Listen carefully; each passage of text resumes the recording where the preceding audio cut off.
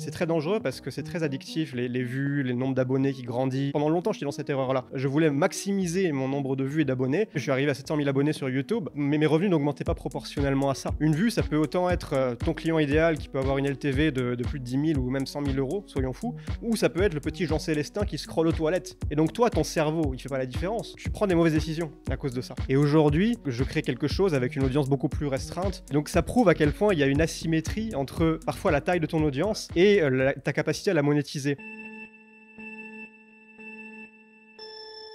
Emilio, bienvenue sur le Trilliard. Merci. Présente-toi un peu. Paul disait récemment que tu étais un petit jeune et qui venait de commencer, mais ça fait quand même 10 ans que tu es sur Internet. Ouais, un jeune dinosaure, on va dire. Donc moi, je me suis lancé en 2016 avec une chaîne YouTube où je parlais principalement de développement personnel, bien-être, productivité.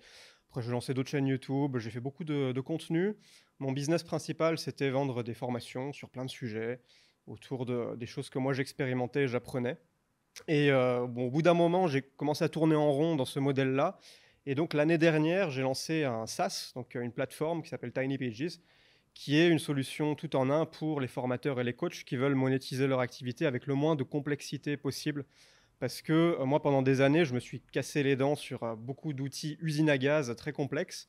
Et j'avais envie de quelque chose de vraiment bêtement simple qui me permette d'aller à l'essentiel et de gagner beaucoup de temps, du coup, sans la complexité des plateformes qui existaient à cette époque. Et donc, on a créé Tiny Pages il y a un an. Aujourd'hui, on a toutes les fonctionnalités. On a déjà pas mal d'utilisateurs payants. Ça commence à bien prendre. Et le mois prochain, on va sur le marché US avec d'autres stratégies d'acquisition. Et voilà, je ne me suis jamais autant amusé dans un projet que depuis que j'ai lancé le SaaS. C'est vraiment cool. Et ça se passe très bien. J'ai une question pour toi qui me vient d'un débat que j'avais dans les commentaires d'une de mes vidéos YouTube avec un gars. Est-ce que tu penses que c'était plus facile de lancer un business en ligne en 2016 ou en 2025? Il y a du plus et du moins pour les deux. Je pense qu'aujourd'hui, la différence, c'est que le marché est saturé. Il y a beaucoup, beaucoup de concurrence. Il faut juste être malin. Je pense que l'erreur que beaucoup font aujourd'hui, c'est qu'ils se lancent en faisant comme tout le monde, en se disant que ça peut marcher comme ça. Alors que non. Aujourd'hui, tu as plein par exemple, si on prend le business de la création de contenu, infoproduit, tu as énormément de clones qui copient le gourou, qui copient l'américain, qui copient Alex Hormozy. Et en fait, tout le monde s'inspire des mêmes. Et en fait, tu as cette espèce d'armée de clones qui régurgitent le même discours. Donc aujourd'hui, il faut juste être malin et faire quelque chose de différent. Mais c'est encore tout à fait possible. Moi, quand je me suis lancé en 2016, la difficulté, c'est que en fait, c'était un peu la honte quoi, de lancer une chaîne YouTube. J'ai lancé ma chaîne et j'avais peur que les gens de ma fac, à l'époque, j'étais encore dans les études, tombent dessus. J'en parlais à personne. Et ouais, c'était pas quelque chose d'évident. Il y avait beaucoup moins de visibilité sur la viabilité de ces stratégies-là. Moi, je me suis lancé parce que j'ai vu quand même quelques exemples de personnes qui vivaient de ça. Mais il a fallu quand même que je trouve une grosse motivation pour y aller parce que j'avais plein de doutes. Je me disais, mais attends, c'est un peu foireux ce truc-là, ça a l'air tout petit. Il n'y avait pas grand monde sur YouTube à l'époque en contenu éducatif, non divertissement. Enfin, il y en avait, mais tu avais plutôt des vulgarisateurs scientifiques, des trucs comme ça. Tu n'avais pas encore la vague infoprenariat avec toute la vente de formation. Aussi, quand tu lançais une formation en 2016, moi je me rappelle ma première formation, je me suis fait insulter par des gens qui n'ont jamais évidemment acheté mon produit, C'était dur qui de n'avaient vendre. jamais testé la qualité, mais j'étais un Et escroc ton, rien que et, parce et que ton, j'ai ton lancé une truc, il coûtait formation. combien? 47 euros, un truc comme ça, non? Mon premier lancement, après j'étais nul en marketing, donc forcément ce lancement était complètement foireux, mais j'ai fait 2 ventes à 27 euros. Ouais, c'est ça. Voilà. Mais j'étais Et 4 content. insultes. Bon ratio. Ouais, ouais, exactement. Le ratio insulte euro généré était pas mal. Mais ça m'a pas découragé parce que je me suis dit, putain, j'ai fait de l'argent. C'était 50 balles, quoi. Ça m'a payé mes 10 kebabs. Bon, j'avais quand même arrêté de manger de la merde à l'époque, mais si tu veux, ça m'a motivé de me dire la prochaine fois, je peux faire mieux. Et la fois d'après, j'ai dû faire 200 balles. Et la fois d'encore après, j'ai peut-être fait 500 balles. Et de fil en aiguille comme ça, j'ai fait de plus en plus et j'en suis arrivé à monter un beau business. Ça a explosé pour moi, je dirais, à partir de 2020, où là, j'ai commencé à faire du 5 chiffres tous les mois. Et le point culminant, ça a été en 2022, où j'ai lancé une grosse formation sur comment se lancer en format shorts et tout exploser avec les vidéos verticales. Parce que moi-même, en fait, j'avais tout explosé à cette époque-là, mais bien au-delà de mes attentes.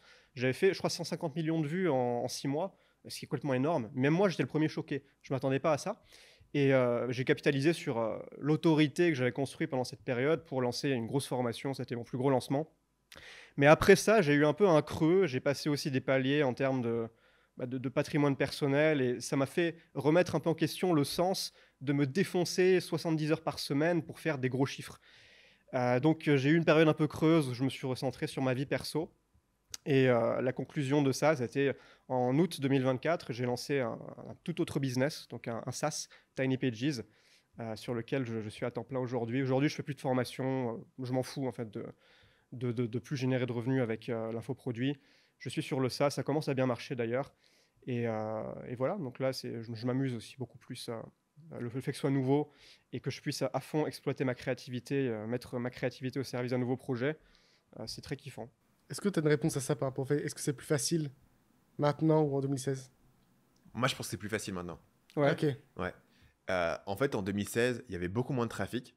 En 2016, tu avais 10 000 abonnés sur YouTube, tu étais un héros. Aujourd'hui, il y a des mecs dont tu n'as jamais entendu parler. Ils ont 150 000 abonnés sur YouTube pour parler de business en ligne ou de design ou de quoi que ce soit. Moi, je me souviens quand Antoine BM avait atteint 10 000 abonnés sur YouTube, on était tous en mode wow, c'est énorme, mec, tu as 10 000 abonnés. C'était beaucoup plus dur d'avoir du trafic. Les gens achetaient beaucoup moins. Les gens ne voulaient pas acheter des produits sur Internet en 2016, surtout si c'était une formation et tout. Et tu vendais pas cher. Tu vendais des trucs à 100 euros, etc.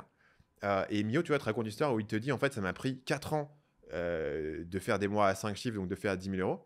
Moi, aujourd'hui, il y a des mecs qui se lancent et en 6 mois, ils peuvent le faire en fait, Ouais. sur la vente de formation. Parce qu'en fait, sur la vente de formation, c'est juste de l'audience. Ça peut accélérer aussi vite que le trafic que tu peux avoir. C'est beaucoup plus facile d'avoir du trafic et de devenir un peu viral, etc. Les gens achètent plus et surtout, c'est plus facile de faire 10 000 euros par mois quand tu vends à 1000 balles que quand tu vends à 27. Tu vois. Donc, je pense qu'en fait, le truc qui a vraiment changé et qui est différent, c'est que il faut être bien meilleur qu'avant.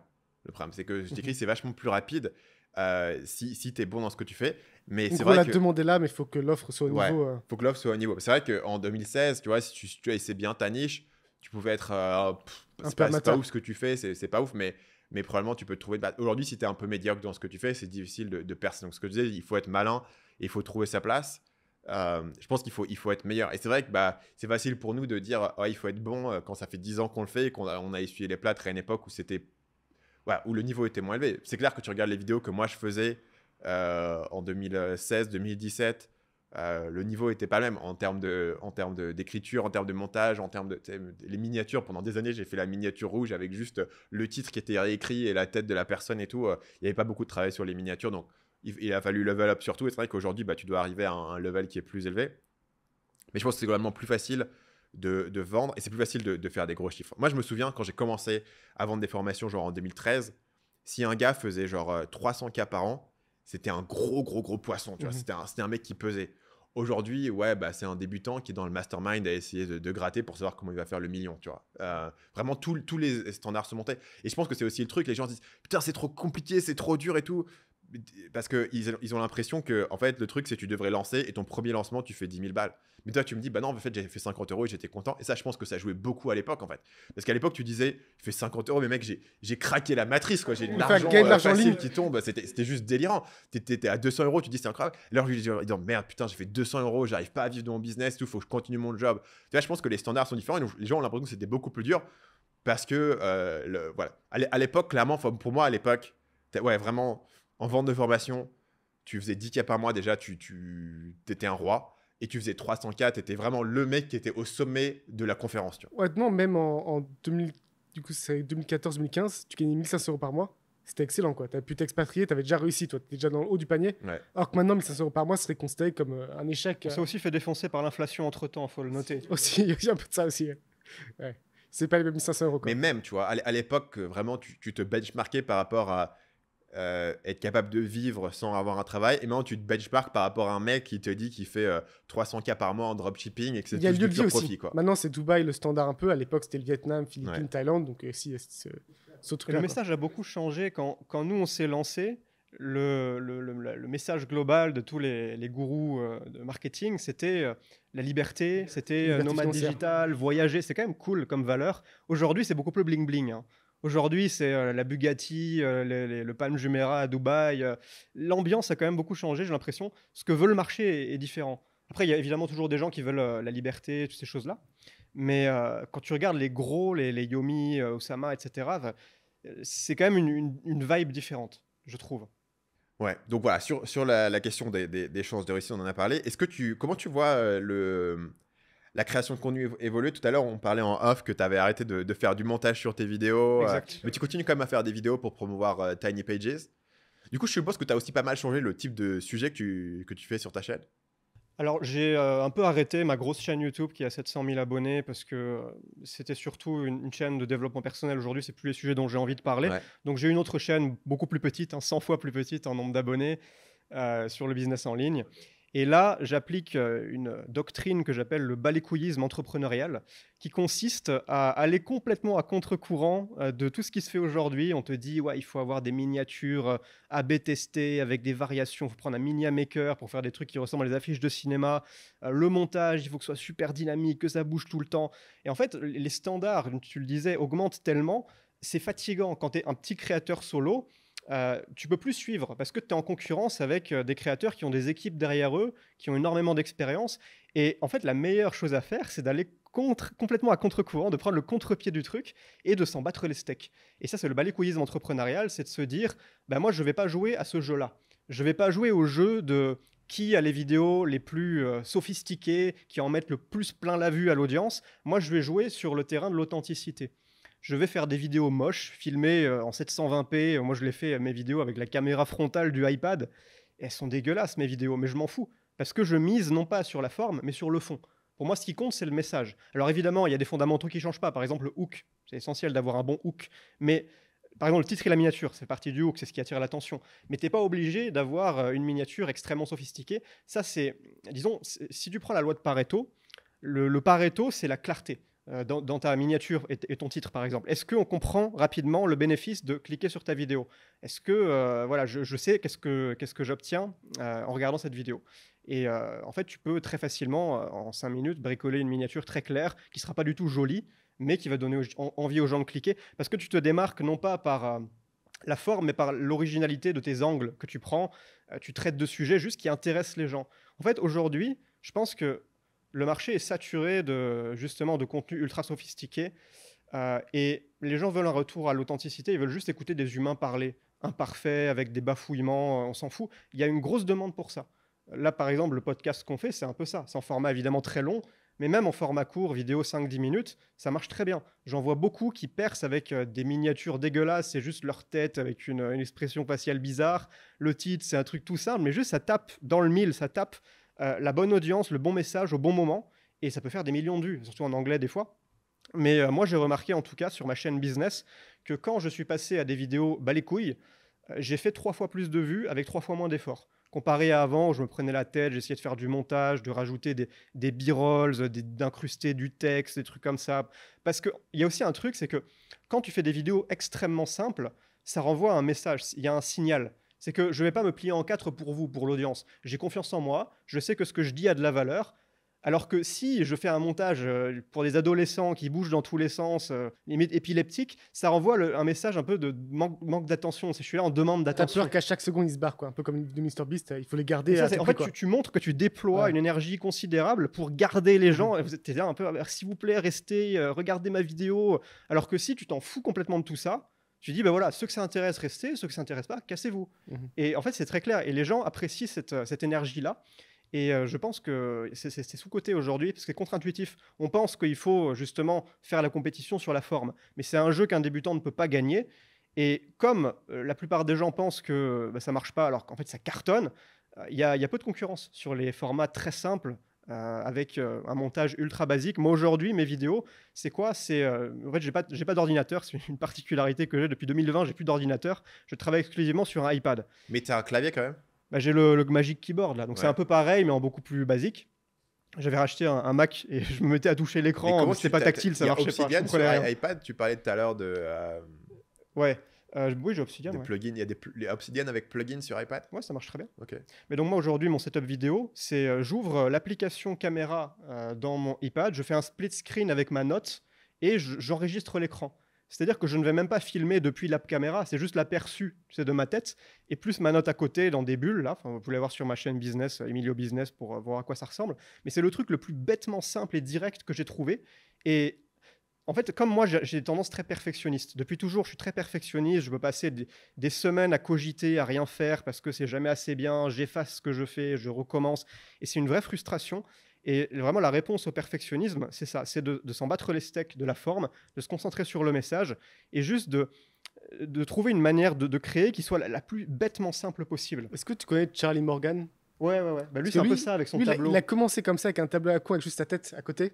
Et il expliquait les trucs. Et à un moment, il s'est dit, j'ai l'impression qu'il devait se professionnaliser. Donc il a changé, il a fait des vraies miniatures, des vraies vidéos bien présentées. Ses vidéos, ses vues, elles se sont écroulées. Et il est revenu au format de base parce qu'il s'est rendu compte, effectivement, ça fonctionnait mieux au final. Ouais. Ce qui est assez fou, quoi. Mais c'est l'énergie qui change. C'est ça le signal que tu envoies, en final. Ouais. Exactement. Et je pense que c'est sous-coté, clairement, aujourd'hui.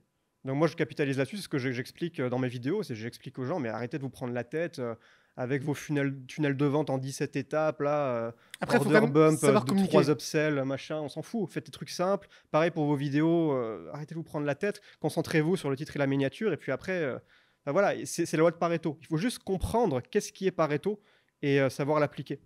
C'est tout. Et souvent, j'ai eu cette objection des gens qui me disaient, mais toi, ça marche mieux, le minimalisme, parce que tu as déjà une audience, tu es déjà connu et tu pars pas de zéro. Mais en fait, quand tu es débutant, tu as besoin du minimalisme.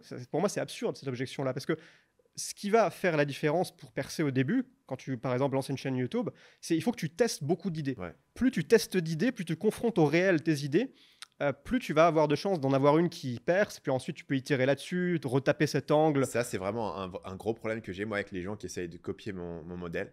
Ils disent, OK, Stan, il passe 3 semaines à faire une vidéo, je vais faire une vidéo et je vais la poster sur ma chaîne avec 0 abonnés, elle va popper. Et le truc, c'est que t'entends, ça marche. Et il y a des mecs qui postent la première vidéo, elle fait 100 000 vues, tu vois. Ça arrive, ça peut arriver sur YouTube. Mais le problème, c'est qu'il faut que tu aies pris toutes les bonnes décisions en termes de sujet, en termes de miniature, en termes de titre, etc. Et qu'en réalité, si tu regardes la manière, moi j'ai commencé, je faisais parfois 2 vidéos par semaine en fait. Et j'avais beaucoup plus de shots on goal. Et c'est comme ça que j'ai itéré sur le format qui allait fonctionner pour moi. Et après, j'ai pu le répéter. Et une fois que je savais que les vidéos allaient marcher, j'ai pris plus de temps, quoi. Mais je pense que pour les débutants, il y a un vrai élément. Et pareil, quand tu lances une formation, tu vois, les gens qui surintellectualisent leur premier lancement de formation, alors qu'en fait, dans la même période, ils pourraient essayer 3 ou 4 offres. Rembourser les gens si ça marche pas ou juste trouver un autre moyen de faire et juste pouvoir tester plus de choses. Donc là où, je sais pas, à un certain moment, je pense que faire des vidéos professionnelles et faire du montage, etc., t'aide à scaler et à toucher plus de monde. Mais plus tu es débutant, plus ça a du sens de partir sur un truc minimaliste et de faire du volume parce que tu sais pas encore ce qui va marcher. Moi, ce serait là où Puis il y a une placerais question de le rareté trade-off. aussi. À l'époque, quand tu as commencé à faire tes vidéos bien travaillées, il y a quasiment personne qui faisait des vidéos de ce style-là. Maintenant, tu vois ce genre de vidéos sur plein de formats différents, sur plein de catégories différentes, sur le sport, sur le rap, peu importe, genre d'analyse un peu. C'est devenu aussi plus commun. Donc il y a un peu un va-et-vient qui se crée, je pense, des cycles à ce niveau-là. La question, en fait, c'est est-ce que tu peux vraiment toucher 100 000 personnes avec une vidéo où tu n'en as rien à foutre, etc. C'est plus dur, quoi. Alex Baker, Charlie Morgan, en tout cas en anglais, ça se fait, quoi. En français, je sais pas. Après, Pour les deux, je dirais que c'est du faux. Il faut, j'en ai ils rien ont à quand même bien foutre. préparé, tu penses, et au final, ils ont l'air. Ouais. Et notamment, le truc, c'est que tu regardes par rapport à ce marché, tu vois, les vues par rapport à. Il faut que tu compares avec Iman Gadzhi, tu vois. Mhm. Voilà. Et Charlie Morgan, c'est très. C'est assez artificiel. Mais c'est bien le packaging. Le packaging, en fait, c'est un truc très artificiel qui est packagé de manière j'en ai rien à foutre. Ce qui est je trouve, le truc génial où les vidéos coupent au milieu de la phrase, tu vois. C'est évidemment volontaire parce que tu as dû le faire au montage. Que tu vas couper ta caméra avec ça, au montage, tu le fais. Mais voilà, le packaging est intéressant. Mais les vidéos d'Alex Baker, par exemple, qui sont excellentes sur sa chaîne business, qui sont très très marrantes, etc. Il est quand même un facteur de 10 par rapport à Hormozy ou par rapport à Iman Gadzhi, tu vois, en termes de reach. Parce que la personne moyenne, tu lui montres le truc, Les ads, ça il y a un intéresse truc moins. qui est lisible et il Mhm. écrit avec son truc, et en plus il te parle Non, de il y a trucs après un le peu sujet aussi. compliqués. On a parlé de business, d'off perso, il y a aussi une question d'audience qui est pas même. Ces vidéos crypto font beaucoup plus de vues que ces vidéos business, c'est pour ça qu'il a fait sur une chaîne séparée. Les Parce vidéos qu'il se rend bien crypto, compte, c'est une machine à imprimer de C'est l'argent ça. incroyable. C'est autre chose. Il choisit 10 cryptos, il dit ces 10 cryptos vont faire x10, mais comme toutes ces vidéos font 500 000 vues, forcément, tous les cryptos dont il parle font x10, donc ça marche à tous les coups. Il peut les acheter juste avant, les revendre juste après, quoi. Mais ça, c'est un autre élément. Je dirais que voilà, il y a une raison pour laquelle MrBeast fait ce montage-là, parce que tu peux pas toucher 100 millions de personnes si tu fais pas ce montage-là, quoi. Donc à un certain point, il y a un trade-off de toucher plus de monde. Mais la question, c'est numéro 1, est-ce que les gens, notamment si tu vends des formations, donc tu as une bonne monétisation, ne surestiment pas l'audience qu'il leur faut? Et la réponse, c'est oui. En fait, aujourd'hui, c'est ce que je disais tout à l'heure, hein, mais aujourd'hui, il y a des gens qui, en fait, ont une audience de quelques milliers de personnes, mais chaque mois, ils vendent une dizaine de coachings et en fait, ils font 10, 20 000 euros par mois. C'est possible parce que leur produit est cher. Et le deuxième point, c'est effectivement, finalement, il vaut mieux faire 5 vidéos qui sont moins travaillées que d'essayer d'en faire une et elle ne va pas question de marcher. volume, Quoi. ouais. Parce que le fait que ta vidéo est travaillée et que tu passes beaucoup de temps dessus n'a en fait aucun impact sur le fait qu'elle va marcher. Ce qui a un impact sur le fait qu'elle va marcher, c'est que tu as le bon packaging, etc. Mais c'est pas forcément un facteur du temps que tu as passé C'est dessus. plus facile psychologiquement de se dire la vidéo a pas fonctionné parce qu'elle était peut-être pas assez travaillée, peut-être que j'avais pas une assez bonne caméra, que se dire je suis pas intéressant, tu vois. Il y a aussi ce côté-là où je pense que c'est plus rassurant de se dire qu'il faut juste imiter les youtubeurs au-dessus, quoi. Je pense que c'est quand même une grosse erreur fondamentalement d'aller chercher le plus de vues possible, de maximiser l'audience. Parce qu'en réalité, nous, ce qu'on veut, c'est pas une audience, c'est une clientèle. Et souvent, on peut avoir du mal à faire la différence. J'avais pris cet exemple dans une de mes vidéos, c'est que tu avais une Instagrammeuse qui avait 2 millions d'abonnés et qui avait voulu lancer sa marque de vêtements. Et pour que l'entreprise avec laquelle elle bossait lance la production, il fallait qu'elle fasse 36 ventes, qu'elle vende 36 t-shirts. Et elle n'a pas réussi, malgré 2 millions d'abonnés. Et donc, ça prouve à quel point il y a une asymétrie entre parfois la taille de ton audience et ta capacité à la monétiser. Et à côté de ça, tu vois des gens qui font 150 vues par vidéo. C'est juste que c'est des profils très haut niveau, peut-être B2B. Et derrière, ils ont des business à plus de 100K par mois. Ça existe, ça. Et je pense que c'est très dangereux parce que c'est très addictif, les vues, les nombres d'abonnés qui grandissent, etc. Tu peux facilement te dire, OK, c'est bien, plus j'ai d'abonnés. Moi, pendant longtemps, j'étais dans cette erreur-là. Je voulais maximiser mon nombre de vues et d'abonnés. La preuve en est, je suis arrivé à 700 000 abonnés sur YouTube, mais mes revenus n'augmentaient pas proportionnellement à ça. Et aujourd'hui, je crée quelque chose avec une audience beaucoup plus restreinte et je sens à quel point c'est plus niché et j'ai l'impression de beaucoup plus aider les gens. Alors là, on est au début, évidemment, du projet. Mais voilà, je pense vraiment pas qu'on a besoin de vouloir maximiser l'audience. C'est une grosse erreur, à mon avis, parce que le truc, c'est que tu vois pas qui sont derrière les vues. Une vue, ça peut autant être ton client idéal qui peut avoir une LTV de plus de 10 000 ou même 100 000 euros, soyons fous, ou ça peut être le petit Jean Célestin qui scrolle aux toilettes et qui a vu ta vidéo pendant même pas 10 secondes. Ça n'a aucune valeur, ça. Mais dans tous les cas, on va te montrer une vue. Et donc toi, ton cerveau, il fait pas la différence. Donc il y a un bug. Et donc tu prends des mauvaises décisions à cause de ça. Parce que tu peux pas faire la différence. Et donc là où tu tombes sur le SaaS, je trouve, sur un truc qui est assez tricky, c'est que c'est compliqué de savoir exactement à quel moment est-ce que les gens vont prendre la décision d'utiliser ton outil. Souvent, la décision, elle est prise et puis après, ils vont aller directement sur ton site. Versus sur une formation, je trouve qu'il y a vraiment un truc qui est efficace, c'est savoir qui s'inscrit à ta liste email. Et je découvre qu'il y a uniquement les gens qui sont relativement intéressés pour s'inscrire à ta liste email et que les touristes ne le font pas en fait. C'est un truc que tu vois, si tu essayes de vendre sur YouTube, dans les commentaires, ça va être la guerre du feu. Si sur YouTube, tu dis entrez votre email et juste après tu vends, il n'y a pas un seul commentaire qui mentionne le fait que tu es en train d'essayer de leur vendre un truc parce que tous les gens qui vont se plaindre, il n'y en a aucun qui a rentré leur email. Et donc, tu peux utiliser dans la vente de formation la capture d'email comme un assez bon proxy du contenu que tu produis. Et si tu te rends compte que tu fais du contenu qui fait des vues mais pas d'email, généralement, c'est un problème. Et sur le SaaS, tu n'as pas exactement la même dynamique. Et du coup, je trouve que c'est plus difficile de juger cette attribution et de savoir exactement quel type de contenu ou un impact ou pas. Tu vois. Parlons de certaines idées de business. Tu avais parlé de faire des vidéos virales sur TikTok en montrant des choses insolites en Thaïlande. Je pense que tu peux faire pas mal de vues en faisant ça. Comment est-ce que tu monétiserais un truc comme ça? Ça, c'était une idée que j'avais eue il y a quelques années quand ils avaient lancé le programme de monétisation TikTok qui était assez insolent. J'avais fait le calcul, il te disait sur le papier 1 dollar pour 1000 vues. Pour des vues TikTok, c'est complètement délirant. Mais tu touchais concrètement bien 50 centimes, ce qui est beaucoup. Ouais. Et même moi, j'ai fait un peu d'argent avec ça. Alors, j'ai jamais vraiment poussé le truc à fond parce que je voyais ça quand même comme une stratégie très court terme. Je pense que j'aurais pu monter le truc à 10, 20, 30 C'est quoi la par monétisation mois. TikTok actuellement? Ça a vachement descendu. TikTok, je fais plus. Ça fait Mais 2 ans. tu sais si ça existe encore Ça existe encore. Je pense que ça a un petit peu descendu, mais tu en as toujours qui font beaucoup d'argent comme ça. Ok. Si tu fais une vidéo monétisée, alors c'est seulement les vidéos de plus de 60 secondes, toujours. Ça dépend des pays aussi, mais en France, en tout cas, ce programme existe. Et si tu fais 5 millions de vues sur une vidéo virale, tu prends plusieurs milliers, quoi. Ok. Donc c'est potentiellement très intéressant. Je voyais beaucoup des clients de ma formation à l'époque sur les shorts qui se lançaient dans le développement personnel sans positionnement précis, c'était très vague. Et je me disais, putain les gars, il faut que vous ayez quelque chose d'unique. Et donc j'ai commencé à leur expliquer comment vous pouvez avoir un positionnement novateur. Et quelque chose qui, en fait, une chose qui est très utile, c'est de se demander qu'est-ce que j'ai d'unique dans mon mode de vie ou dans mon vécu. Ça peut être une expérience professionnelle ou ce que tu fais en ce moment ou peu importe, mais quelque chose que, disons, qui va créer comme une douve autour de ton compte, qui va te protéger des concurrents qui voudraient te copier. Et moi, quelque chose que j'avais pensé, c'est tiens, j'habite en Thaïlande, je vois plein de trucs cool, insolites qui n'existent pas en France. Pour moi, ça paraît normal parce que c'est la vie de tous les jours. Mais pour un Français, ça pourrait retenir leur attention. Il y a un effet, waouh, tiens, c'est nouveau ce truc-là, j'ai jamais vu ça. Et j'ai commencé à faire une liste de tous les trucs un peu insolites qu'on voit en Thaïlande, ou rigolos, ou bizarres. Alors, j'ai jamais lancé ce compte-là parce que c'était plus pour rigoler qu'autre chose. J'aurais pas fait un vrai business avec. Enfin, j'aurais pu faire de l'argent, mais encore une fois, je n'aurais rien fait à long terme. Moi, je préfère voir à long terme. Mais je pense que ça peut bien fonctionner si on vit dans un pays avec une culture très différente, de montrer des choses un peu insolites à une audience d'un autre pays avec une culture encore différente, parce qu'il y a cet effet waouh, tiens, c'est quoi ce truc-là, nouveauté. Et ça, c'est très fort pour faire des vues quand tu peux montrer des choses nouvelles aux gens. Tu as aussi noté comme idée vendre des consultations astrologie / numérologie / guidance hors de prix en lisant juste un script ChatGPT au téléphone. Ouais, bon, c'est peut-être pas très éthique de faire ça, mais je suis quand même assez époustouflé par certaines niches dans lesquelles il semblerait que tout jugement rationnel soit déconnecté. Par exemple, je connais un gars ici en Thaïlande, sa copine qui est thaïlandaise, elle fait des lives TikTok où elle prend les gens au téléphone qui payent pour avoir ses consultations, numérologie, elle va faire des tirages de cartes, des trucs comme ça pour prédire leur avenir.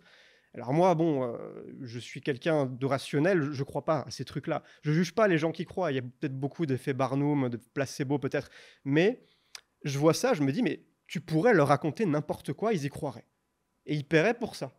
Et donc je me dis, putain, il y a quand même des niches où tu as cette espèce de cheat code où les gens vont jamais remettre en question ce que tu leur dis. Tout ce qui est un peu spiritualité, tout ce qui touche à des sujets ésotériques, comme il n'y a aucun fondement et on s'attend à ce qu'il n'y ait absolument aucun fondement scientifique, rationnel, bah, il y en a qui font énormément d'argent avec ce genre de niche, hein.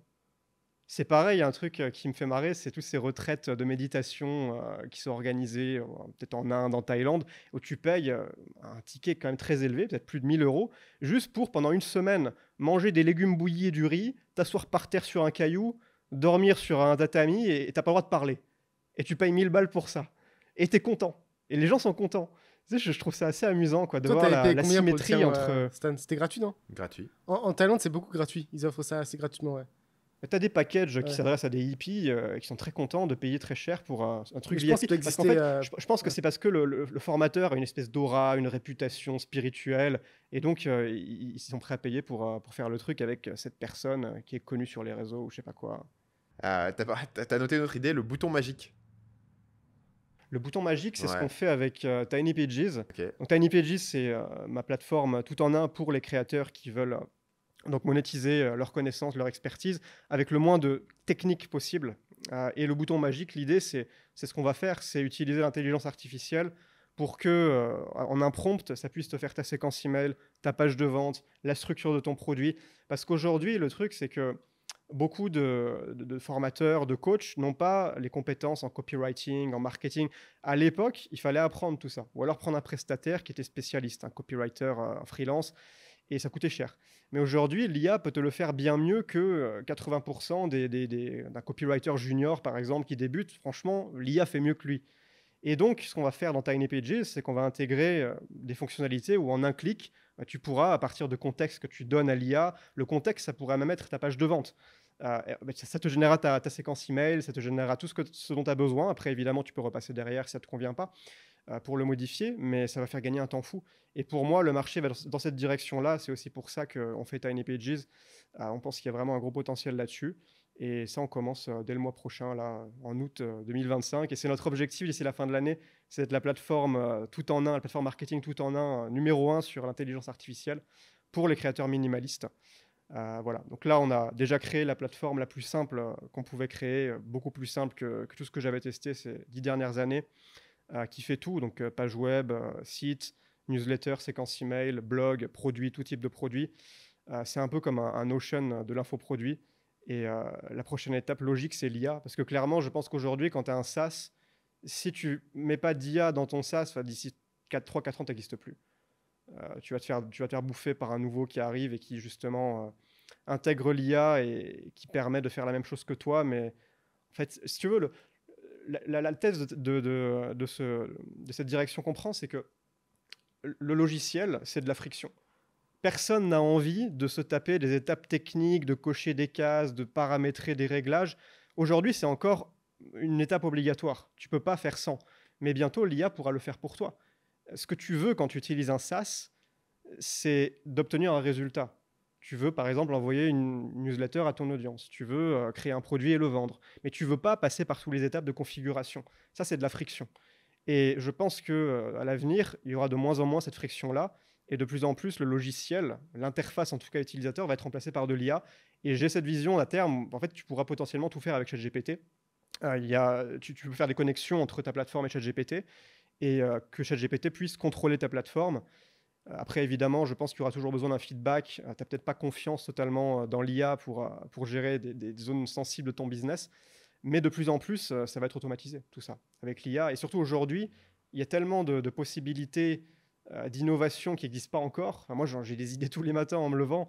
On ne peut pas tout faire, évidemment, mais nous, comme on a une capacité d'itération assez élevée avec Tiny Pages, comme on est rapide, on n'est que deux, et mon associé Jérôme, il code extrêmement vite. Il utilise aussi l'IA, d'ailleurs, pour coder. Et donc, à lui tout seul, il a la force de frappe d'une équipe de 10 devs seniors.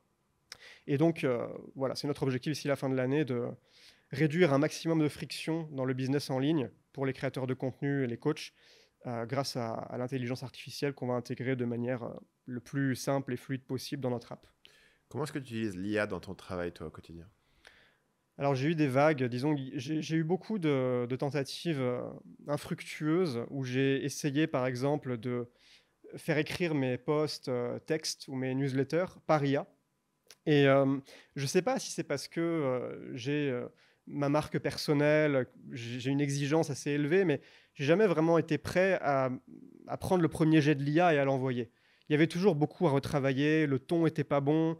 J'ai essayé évidemment de donner à l'IA des PDF de contenu que j'avais écrit moi-même, mais je remarque que l'IA, elle peut essayer de t'imiter, mais des fois elle va te caricaturer, elle va utiliser des mots que toi tu n'aurais jamais utilisés. Toujours comme de l'IA en fait. Nous on a des candidatures, on a 1000 candidatures chaque mois, et toutes les personnes qui utilisent de l'IA, tu peux le cramer en 30 secondes. Alors que tu sais que dans leur prompt, ils ont essayé de faire leur truc, sonne pas comme ChatGPT, mais au final, tu peux toujours dire que c'est l'IA, même quand tu demandes d'imiter quelqu'un d'autre, ce qui est assez fou, quoi.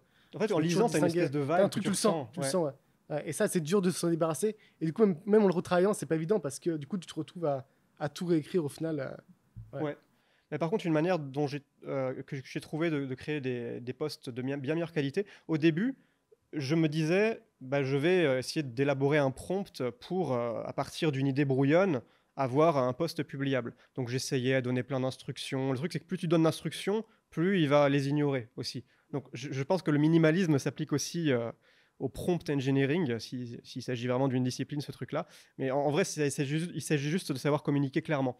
Et j'ai remarqué qu'au lieu d'avoir cette approche de demander à l'IA de m'écrire un contenu, j'avais de bien meilleurs résultats en donnant beaucoup de contexte de base à l'IA, à Claude, et en lui posant des questions. Sans parler de créer un contenu, une newsletter, rien de tout ça. Juste, je lui donne beaucoup de contexte, je lui pose une question ciblée. Par exemple, donne-moi 10 conseils pour créer des vidéos de manière minimaliste. Et en fait, la réponse va être beaucoup plus naturelle que s'il essayait de créer un contenu. Tu vois ce que je veux dire ? Ok. Et en fait, en changeant l'approche, j'ai eu des meilleurs résultats. Sinon, quelque chose que je fais souvent, c'est que j'écris moi-même, je développe mon idée de manière un peu brouillonne, sans m'arrêter d'une traite, pour faire un premier jet vraiment moche. Je ne fais même pas attention à la ponctuation, ce genre de choses.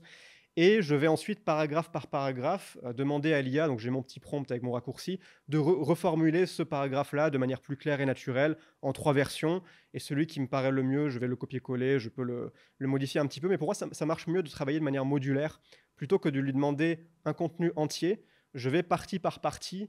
Par exemple, pour la landing page de Tiny Pages, j'ai fait comme ça. Pour chaque section, je les ai fait une par une. Retravailler ça avec l'IA pour que ce soit le plus clair possible. Faire passer le même message avec le moins de mots possible. J'ai beaucoup de petits prompts. Moi, j'appelle ça des mini-prompts qui me servent pour des cas très précis. Et aujourd'hui, c'est comme ça que je l'utilise. Après, je pense que c'est excellent quand même, surtout pour quelqu'un qui débute, qui n'a aucun réflexe d'écriture, de structure, de copywriting, pour avoir un premier jet duquel partir. Après, éventuellement... Mais tu penses qu'il va développer du coup ces compétences? Que moi, je me dis justement, c'est compliqué ensuite, si tu n'as vraiment aucune base, d'être critique et ensuite d'être capable d'améliorer ce que fait l'IA, toi. Je me dis, en fait, notre position, elle est un peu idéale. Donc, en fait, tu as comme des compétences, tu utilises l'IA pour un peu retirer cette friction initiale et après, tu repasses dessus, quoi. C'est assez optimal comparé à juste si quelqu'un n'a aucune compétence en copywriting. Mais je pense que si tu n'as aucune compétence, tu vas être beaucoup plus tolérant à ce que l'IA va te donner C'est du ça. premier coup. Donc tu vas l'accepter. Mais est-ce que c'est pas un problème aussi, potentiellement est-ce que ça va être un bon rendu au final? Peut-être que ce sera mieux que ce que tu pouvais faire toi-même tout seul, de toute façon. Mais Mais tu as en fait, plus cet apprentissage-là, en fait. mais je pense qu'il y en a beaucoup un biais de perfectionnisme où on se Possible dit aussi. il faut que ce soit comme ça. Mais les gens en réalité s'en foutent. C'est aussi possible. En fait, la manière dont notre contenu est perçu par notre audience est complètement différente de la manière dont nous on le voit. On est toujours notre pire critique. La réalité, c'est juste si le message est clair, ça passe en fait. Les gens, à moins que vraiment tu aies une relation où tu écris des newsletters très régulièrement avec ton audience, si du jour au lendemain tu passes sur une IA, ça va se voir. Mais si tu débutes, personne va cramer. Et puis même, moi je me suis rendu compte de quelque chose, c'est qu'il y a des newsletters auxquels je suis abonné qui sont de manière assez évidente écrites par des IA, mais il y a de la bonne info dedans et je suis content de les lire. Je m'en fous que ce soit fait par une IA. En fait, le fait que le contenu ait été généré par une IA n'enlève rien à la pertinence du fond. Parce qu'il y a toujours eu une conscience humaine qui a validé ce contenu, qui a décidé, tiens là, je suis OK pour envoyer ça sous mon nom. C'est un produit que je considère comme étant suffisamment qualitatif. Donc que l'IA ou un humain l'ait fait, qu'est-ce qu'on s'en fout? Ce qui compte, c'est que le créateur de j'ai passé cette vidéo, cette newsletter, ou peu importe, ce que tu fais avec ton IA, est jugé suffisamment bon le résultat. Mais après, c'est toujours ce truc de la forme vs le fond. Moi, je considère que le fond est beaucoup plus important que la forme. La forme, tu peux la faire avec une IA. Après, moi, j'ai toujours du mal à lâcher prise par rapport à ça, parce qu'il y a un truc un peu perfectionniste que j'ai toujours au fond de moi. Mais pour avoir le premier jet, ça aide beaucoup. Hein. Ça fait gagner vraiment beaucoup de temps. Toi, tu utilises l'IA, Stan, au quotidien? Beaucoup, ouais. C'est quoi tes Mais cas j'utilise ça pour d'usage vraiment écrire, les parce que plus utiles? moi, en mode coaching, feedback, défonce mon idée, moi je suis sur ChatGPT. Alors tous les jours, je fais ok, voilà ce que j'ai fait aujourd'hui, voilà mon plan. Il critique un peu les priorités que j'ai. Il fait ah, t'as oublié de faire ce truc que Tu t'aurais utilises dû quoi, faire. 4O? O3 c'est mieux, mais O3, c'est mieux? mais parfois 4O est plus gentil avec toi. 4O il est un peu en mode 4O il te dit vraiment ce que t'as envie d'entendre. Ouais, Et parfois O3 il te fait chier, donc souvent j'utilise O3 pour ça. Et en fait, moi, je l'utilise, tu vois, la valeur de ce process, c'est 50% pour moi me forcer à clarifier ce que j'ai fait, tu vois, à dire, ok, vraiment, qu'est-ce que j'ai fait? Est-ce que c'est les bonnes choses à faire? Qu'est-ce qui me fait chier? Et il me dit, ouais, bah, j'ai remarqué que ça fait 3 jours que tu me parles de ce truc, et tu me dis que ça te fait chier, mais j'ai remarqué que tu n'avais toujours pas coupé cette boucle, quoi. Donc, à un moment donné, il va falloir que tu prennes une décision dans un sens ou l'autre. Je trouve qu'il y a beaucoup de valeur là-dessus pour critiquer tes idées. Et même quand tu as écrit, moi, j'aime pas... En fait, moi, je préfère écrire un truc moi-même qu'essayer de modifier ce que l'IA m'a fait, et je peux aller assez vite, notamment parce que tu peux utiliser beaucoup, moi j'utilise beaucoup d'audio sur ChatGPT et tout pour balancer des trucs, donc tu peux aller assez vite sur une version, mais après si tu lui donnes ce que tu as écrit et tu lui dis ok, comment est-ce que je peux améliorer ça, il trouve souvent plein de choses en fait. Il trouve une phrase que tu pourrais reformuler qui serait plus La claire. formulation, en fait, il peut te dire si un truc ça va Ouais. pas. Moi je trouve j'ai souvent plein de bénéfices là-dessus sur une itération d'un texte. Voilà, donc, mais par contre, tu vois, si j'essaye de lui faire un premier jet et après. Donc, là, le seul truc où vraiment je lui fais faire un premier jet, c'est si moi, en fait, je lui ai dicté quasiment tout le truc.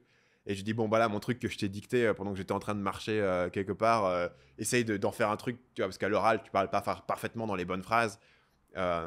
Essaye d'en faire un truc qui est valable et ça fonctionne bien.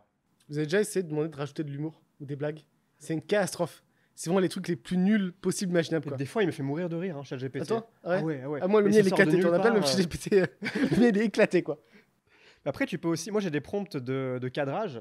Par exemple, j'en ai un, c'est quelque chose comme tu es un ami entrepreneur à succès, tu es bienveillant envers moi, mais tu n'as aucun problème à me dire mes 4 vérités si je me mens à moi-même ou quelque chose comme ça.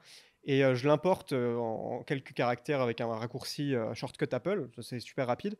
Et en fait, il change tout de suite d'avis. S'il me brossait avant dans le sens du poil dans la conversation, je mets ce prompt et tout d'un coup, il va complètement changer de ton. Il va dire ouais non, là, ça c'est n'importe quoi.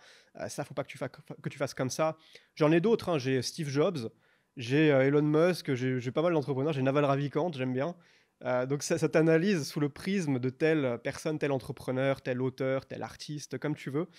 Et après, moi je vois la chose comme juste ChatGPT est là pour te donner des perspectives, mais c'est toujours à toi de juger de la pertinence de ces perspectives. Parce que si tu lui dis rien par défaut, il va être un yes man, il va te brosser dans le sens du poil, tu lui donnes des idées de merde, il va te dire ouais c'est super, vas-y fonce champion. De l'autre côté, si tu lui dis défonce-moi, même si ce que tu lui dis est pertinent, il va quand même trouver la petite bête pour te défoncer. Ouais. Donc moi, ce que j'aime bien faire, c'est à la fois tester des versions où il me brosse un peu dans le sens du poil, et puis ensuite des versions où il me défonce, ou des versions où il prend un angle spécifique, sous l'angle de telle personne, telle personnalité. Et à la fin, j'ai tout un panel de perspectives différentes, et c'est moi qui vais prendre la décision en fonction de ce que je considère être le mieux. Mais en prenant en compte, si tu veux, c'est comme ça va un peu éclaircir mon champ des possibles, mon champ de possibilités de ce que je peux faire par rapport au problème que j'essaie de résoudre. Et ça me donne des nouvelles idées, mais je vais jamais prendre ce que dit ChatGPT pour argent comptant, c'est ça qu'il faut faire. Je vais toujours essayer de lui faire considérer le problème que je lui donne sous différentes perspectives. Tu avais noté une autre idée de business, le consulting minimaliste à la Oussama Hamar. J'ai testé récemment ça. Parce que moi, mon truc, c'est le business minimaliste. Ouais. Je me suis suffisamment pris la tête sur ces 10 dernières années. J'ai plus envie de me faire chier. Donc aujourd'hui, j'essaie de trouver les manières les plus simples et directes de faire de l'argent en ligne. Et moi, ce que j'adore, c'est ce truc d'Oussama Hamar, c'est... alors lui, il appelle ça Better Call Ous. C'est juste un lien Calendly. Je crois que ça coûte 300 balles. Tu as 30 minutes de son temps. Il fait toujours ça? Je crois que ouais. Est-ce que Il y c'est a 30 un minutes, jour par c'est même pas 30 semaine minutes, je crois où qu'il il a en encore parle. réduit. Mais c'est génial parce que tu n'as pas besoin de te faire chier avec une page de vente. Alors évidemment, il faut avoir une certaine autorité. C'est quand tu as déjà une audience, une certaine crédibilité. Les gens veulent juste acheter un bout de ton temps pour te poser leurs questions. C'est 30 minutes, 400 € maintenant. 400 €, il a augmenté. Bah écoute, c'est que ça marche. Ouais, hein. c'est qu'il y a la demande, quoi. Après, son temps est limité forcément, donc c'est l'offre et la demande. Mais je trouve ça très cool parce que pas besoin de te faire chier à faire une page de vente, pas de séquence email, rien du tout, juste un lien dans une description. Et voilà, si tu as envie de passer 30 minutes avec ton gourou, bah ok, libre à toi. Tel est le prix, c'est très clair. Et il n'y a pas de petite tactique psychologique, quoi que ce soit. C'est la manière la plus simple et directe de monétiser, disons, l'accès au gourou. Et moi, j'ai essayé, ouais, mais très vite fait. J'ai fait quelques ventes, j'ai mis ça dans une description de une vidéo. Est-ce que tu as essayé en tant que client aussi ou pas? Est-ce que tu as essayé J'ai Better essayé, Call ouais, ça. ouais, j'avais essayé. Et bah, c'est cool. Je trouve ça cool. Après, je sais qu'il y a des gens qui veulent avoir des grosses formations guidées. Ils veulent un truc high ticket à 3000 balles avec le coach qui est derrière eux, qui les suit chaque semaine. Mais tu as aussi plein de gens qui ont déjà, par exemple, pour rester dans l'entrepreneuriat, ils ont leur business, ils savent déjà où ils vont, ils ont peut-être juste quelques doutes et ils veulent juste pouvoir poser des questions à quelqu'un qui respecte, à quelqu'un où ils considèrent que leur avis va avoir de la valeur. Il n'y a pas besoin de structure alambiquée. Tu vois, il n'y a pas besoin d'accompagnement sur X semaines. Juste, tu prends 30 minutes du temps du gars ou de la fille et tu lui poses les questions que tu veux et ça t'éclaircit l'esprit. Et ça vaut largement le coup si après, ça t'aide à prendre de meilleures décisions. Donc, toi, tu as arrêté de le vendre, cette offre-là? Bah, si tu veux, aujourd'hui, ma priorité, c'est plus déjà, vendre des formations, je le fais même plus parce que je suis trop focus sur le SaaS. Vendre mon temps, je l'ai fait pour un test aussi, pour me challenger, sortir un peu de ma zone de confort. Mais là, j'ai plus le temps. Donc, je préfère être ultra focus sur Tiny Pages. C'est comme ça. Parce qu'en fait, on a quand même des ambitions assez élevées sur Tiny Pages. Et j'ai besoin de me focus complètement dessus. Tu as noté sur le document de préparation que ton premier business, c'était de revendre du cuivre volé dans la forêt? Ouais, bon, on a tous commencé quelque part. Hein. Pas exactement là. Quelque part. Parle pour toi. Ouais. Dans la forêt, en l'occurrence. Ouais. Avec des rouleaux de cuivre. Tu veux que je détaille le truc? Ah oui, quand même. Ouais, Bah, ouais. je crois que j'avais quoi, 15-16 ans. J'étais avec un ami, on se voyait souvent. Lui, il habitait dans un village et on faisait des balades en forêt.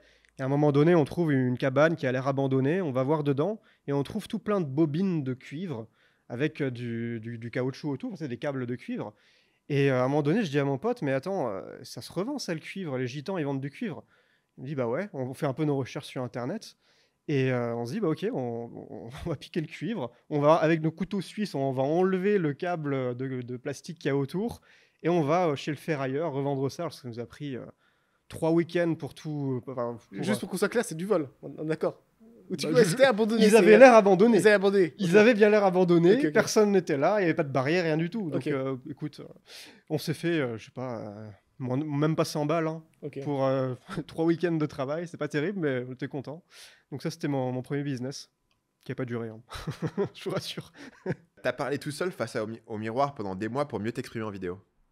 Ouais, autre anecdote. En fait, pendant longtemps, faire des vidéos, c'était pas naturel pour moi et je trouvais que je m'exprimais pas bien. J'avais pas une énergie très impactante et je pensais que je pouvais m'améliorer. Et en fait, je me suis simplement posé cette question, mais pourquoi est-ce qu'on ne pratiquerait pas la communication non verbale comme n'importe quelle autre compétence, par de la pratique délibérée? Un boxeur, pour préparer un combat, il va se lever tôt, aller à la salle et taper sur le sac tout seul. Il va s'entraîner comme ça. Et ben, du coup, je me suis dit, je vais m'entraîner à parler dans la salle de bain face au miroir, en m'enregistrant, pour pouvoir réécouter après, voir un peu les tics de langage, ce genre de choses, face au miroir pour avoir un retour direct. Et j'ai fait ça tous les jours, je crois, pendant 1 ou 2 mois, une vingtaine de minutes chaque matin dans ma routine matinale. Et ça m'a vraiment aidé à me dérouiller, disons, mes compétences de communication. Et mes vidéos étaient bien mieux après. J'avais beaucoup plus confiance en moi aussi dans les interactions sociales. Ça m'a beaucoup aidé socialement. J'ai même fait ensuite une formation que j'ai appelée Booster son charisme, qui reprenait cette méthode-là, mais pour aider les gens à développer leur confiance en eux dans leurs interactions au quotidien par la pratique de la communication non verbale. Il y a des choses, par exemple le regard, les expressions faciales, la posture, très important, la voix, beaucoup de choses sur lesquelles tu peux travailler et tu peux les intégrer par la pratique quotidienne pour que ça devienne inconscient et que tu n'aies même plus besoin d'y penser. Et automatiquement, ça change la manière dont les autres te perçoivent. Que ce soit tes potes dans la vraie vie ou les gens qui te regardent dans tes vidéos. Et je pense que ça m'a beaucoup aidé. Je pense que c'est vraiment sous-coté, ça personne n'en parle. Quand on te dit comment réussir sur YouTube, personne ne parle de ce truc-là. C'est le charisme que tu as dans tes vidéos, l'énergie que tu renvoies avec la communication non verbale, ce genre de choses. Quand je faisais des shorts, je mettais toujours... quand je disais quelque chose, je faisais des gestes. Il fallait ensuite que je fasse du montage pour zoomer sur les gestes que je faisais. Enfin, c'était très élaboré le truc, mais je misais à fond sur la communication non verbale. Sur la voix aussi, ça m'arrivait de dire 10 fois la même phrase, juste pour garder celle qui sonnait le mieux, qui avait le plus de punch. Et je pense que ouais, c'est un très bon exercice pour quiconque fait de la vidéo ou de l'audio. Après, tu peux aussi t'entraîner en faisant des vidéos tous les jours. C'est une autre manière de pratiquer. Mais c'est juste que si tu fais une vidéo toutes les 2 semaines, il y a potentiellement 2 semaines dans lesquelles tu n'enregistres rien et tu pratiques pas. Et c'est pas parce que tu parles avec tes collègues au quotidien que tu vas vraiment t'améliorer. Parce que là, c'est juste des interactions quotidiennes sans vraie intention de t'améliorer et de développer ces compétences-là. Mais ouais, 10 minutes par jour, ça suffit, hein, en vrai. T'as déjà fait ça, toi? Non. Non? Non, mais si tu regardes mes premières vidéos, j'avais une manière compliquée de m'exprimer dans les premières vidéos parce que j'avais pas l'habitude de faire de la vidéo. J'avais fait beaucoup de podcasts, mais même dans mes anciens podcasts, j'avais une manière particulière de parler. Les gens me disaient que j'avais l'air d'un hypnotiseur. Alors ça marchait pour mes podcasts sur la séduction, mais il y avait un truc pas naturel. Et après sur mes vidéos, pareil, j'avais un truc pas super naturel, notamment parce que mes vidéos, je les scriptais dès le départ. Et c'est dur en fait de lire un script. Je pense que apprendre à lire un script de manière naturelle, c'est un truc qui prend pas mal de pratique. Euh, et d'ailleurs, moi aujourd'hui, tu vois, je fais rarement des vidéos qui sont non scriptées parce que c'est la manière que j'ai de faire, tu vois. Ça, c'est vraiment ta méthode à toi. C'est tu contrôles vraiment tout de A à Z dans le process. C'est millimétré, c'est vraiment chirurgical. Tu vas écrire même chaque mot du script. Bah, sur Moi, la ça chaîne me principale, paraît 100%, lunaire comme 1000%. process créatif. C'est juste la qualité, elle est juste meilleure. Forcément. C'est impossible de pouvoir parler naturellement de la manière dont je suis capable d'écrire dans mes vidéos. Après, Quand je vais parler sur le podcast, parfois je vais prendre 3 phrases pour dire un truc que si je l'avais écrit, j'aurais pu le dire en une demi-phrase. Tu vois. mais tu prends pas en compte cette notion d'efficience où il y a forcément une courbe des rendements décroissants au bout d'un moment. Je veux dire, ça peut faire sens de scripter peut-être les 2, 3 premières minutes de ta vidéo, mais après, l'attention est déjà bien acquise. T'as pas forcément besoin de, tu vois, l'avant-dernière Par phrase. rapport aux vidéos que je fais, je suis obligé de faire. Ok, Parce ouais. que t'as une trame Il y a- narrative, t'as tout un Parce truc, quoi. qu'il y T'as a, un il y a une trame plan. narrative, il y a des inserts, c'est impossible de pouvoir utiliser autant d'inserts que je fais. Moi, souvent, je dois avoir une phrase entre 2 inserts, c'est impossible d'improviser cette phrase en fait. Ok. Parce que je dois savoir exactement où est-ce que le dernier insert s'est terminé, où est-ce que la prochain va venir. Donc sur la chaîne Schoolmaker, j'ai pas besoin de scripter de cette manière parce que sur la chaîne Schoolmaker, je partage juste tu vois, des conseils et tout. Donc sur la chaîne Schoolmaker, je scripte en gros les 30 premières secondes, 30 à 60 premières secondes. De la manière à ce que l'intro elle, soit toujours vraiment peaufinée parfaitement. Après le reste, j'improvise. Mais sur la chaîne Marketing Mania, je scripte et en fait, je préfère mon travail comme ça en fait. Je préfère écrire. Moi, je préfère écrire qu'enregistrer des vidéos. Je préférais 1000 fois écrire que d'enregistrer. Donc, si je peux faire un truc qui me permet d'enregistrer plus vite, mais passer plus de temps à écrire, pour moi, c'est un gain. Et aussi, juste, je trouve que c'est le contenu que moi, j'ai envie de produire, en fait. C'est ça qui compte. Le plus important, c'est de kiffer le processus. Ça peut paraître un peu conseil bateau à la con, mais c'est vrai. C'est que si tu utilises des méthodes qui marchent pour quelqu'un d'autre, mais pour toi c'est pénible, c'est désagréable, c'est pas comme ça que tu fonctionnes, tu vas pas tenir ça longtemps. Il faut aussi savoir trouver une manière qui toi te plaît. Moi, la manière dont toi tu fais, j'ai déjà essayé. J'ai fait, je crois, peut-être 5 ou 6 vidéos comme ça, vraiment scriptées au mot près avec le prompteur. mais j'ai pas tenu longtemps. Je suis très vite revenu sur des formats plus simples parce que moi, j'ai toujours une grosse aversion à la friction dans le processus. Et forcément, quand tu veux tout contrôler, enfin, il y a tellement d'étapes pour arriver à ton produit fini. Même juste pour l'enregistrement, il faut bien vérifier les lumières, tout le matos que tu as. Ça, c'est quelque chose qui m'est très désagréable. Mais après, si tu t'en fous et que justement, tu aimes bien avoir la vidéo la plus produite possible et que c'est ça qui te fait kiffer, Pour moi, justement, ça diminue vachement l'enjeu de l'enregistrement. ouais. Parce que tu sais déjà que la vidéo, elle est canon, en fait. Mhm. Tu as juste Ok. besoin de lire le Tu script. déroules, quoi. Ouais, et tu dois l'interpréter, mais si tu veux, l'interprétation du script, c'est assez simple. Et tu sais comment tu parles, etc. Donc, pour moi, enregistrer une vidéo où j'ai pas vraiment de script, c'est pour moi beaucoup plus dur. Parce qu'en fait, la vidéo, ça peut encore être de la merde ou ça peut encore être bien selon ce que tu dis, l'énergie que tu as, si tu trouves les bons mots, si tu trouves la bonne blague, etc. J'ai pas envie de dépendre sur le fait de trouver la bonne blague pendant que je suis en train de parler. J'ai envie d'avoir décidé à l'avance quelle était la meilleure blague ici. Et souvent, je vais être assis devant mon truc et passer 5 minutes à réfléchir à est-ce que je veux une blague ou non, quelle est la bonne blague, à mettre à ce moment-là, tu vois. Mais ça, tu prépares un peu à l'avance quand même. Tu as au moins un petit plan avec des bullet points. Ta blague, tu écris, tiens, la blague de machin, et tu l'as fait à ce moment-là en semi-impro. Mais dans mes vidéos, tout est scripté, la blague est Ouais, exactement je sais. scriptée. S'il y a une hésitation dans ma vidéo, il y avait la hésitation, elle a été écrite. Et justement, quelle est la différence entre la manière dont toi tu procèdes, tout contrôlé au détail près, et plutôt de la semi-improvisation où tu as quand même une ligne directrice et c'est pas non plus de la totale impro où là, effectivement, tu pourrais louper la blague parce que là, la blague, tu l'as quand même écrit sur ton bout de papier. C'est juste la densité Ok. du contenu. Ouais. C'est juste qu'en fait, ma vidéo, si tu voulais avoir la même info dans ma vidéo qui dure 30 minutes, mais que c'était seulement semi-écrit, bah, la vidéo, elle durerait 55 minutes. Ok. Moi, ce que j'ai beaucoup fait Tu aussi, vois la c'est vitesse avec laquelle je parle dans mes chaque vidéos, phrase est c'est choisie, impossible de... Chaque phrase est choisie, chaque mot est choisi pour Ouais. communiquer le maximum d'informations dans le minimum de temps. Et la vitesse à laquelle je parle est impossible en fait de parler à cette vitesse-là si tu n'as pas un script, parce que ton cerveau ne peut pas tourner aussi vite en fait. Donc pour moi, c'est la densité d'informations sur des vidéos qui... voilà, si tu regardes la longueur de mes vidéos aujourd'hui, tu vois, je fais souvent des vidéos de plus de 30 minutes. Pour moi, la densité était toujours importante sur YouTube parce que la densité, c'est aussi ce qui permet d'avoir de la rétention et de garder les gens. Et moi, ce que je gagne, c'est la densité. Mais aussi le plaisir. Enfin, moi, je suis beaucoup plus fier de mes vidéos scriptées où je me dis c'est la meilleure version de cette vidéo versus mes vidéos non scriptées où je me dis j'ai transmis mon message, mais en termes d'artisanat, tu vois, je trouve ça moins Ouais, ouais, intéressant. Voilà, mais la densité est le gain numéro un. Après, dans quelle importance de la densité? Je pense que la densité devient moins importante sur YouTube à mesure que les modes de consommation changent et que les gens parfois mettent YouTube en arrière-plan. Ouais, non, il y a plein de mecs, tu vois, par exemple les vidéos de Alex Baker, moi je regarde pas le mec parler, tu vois, je le mets en arrière-plan comme un podcast.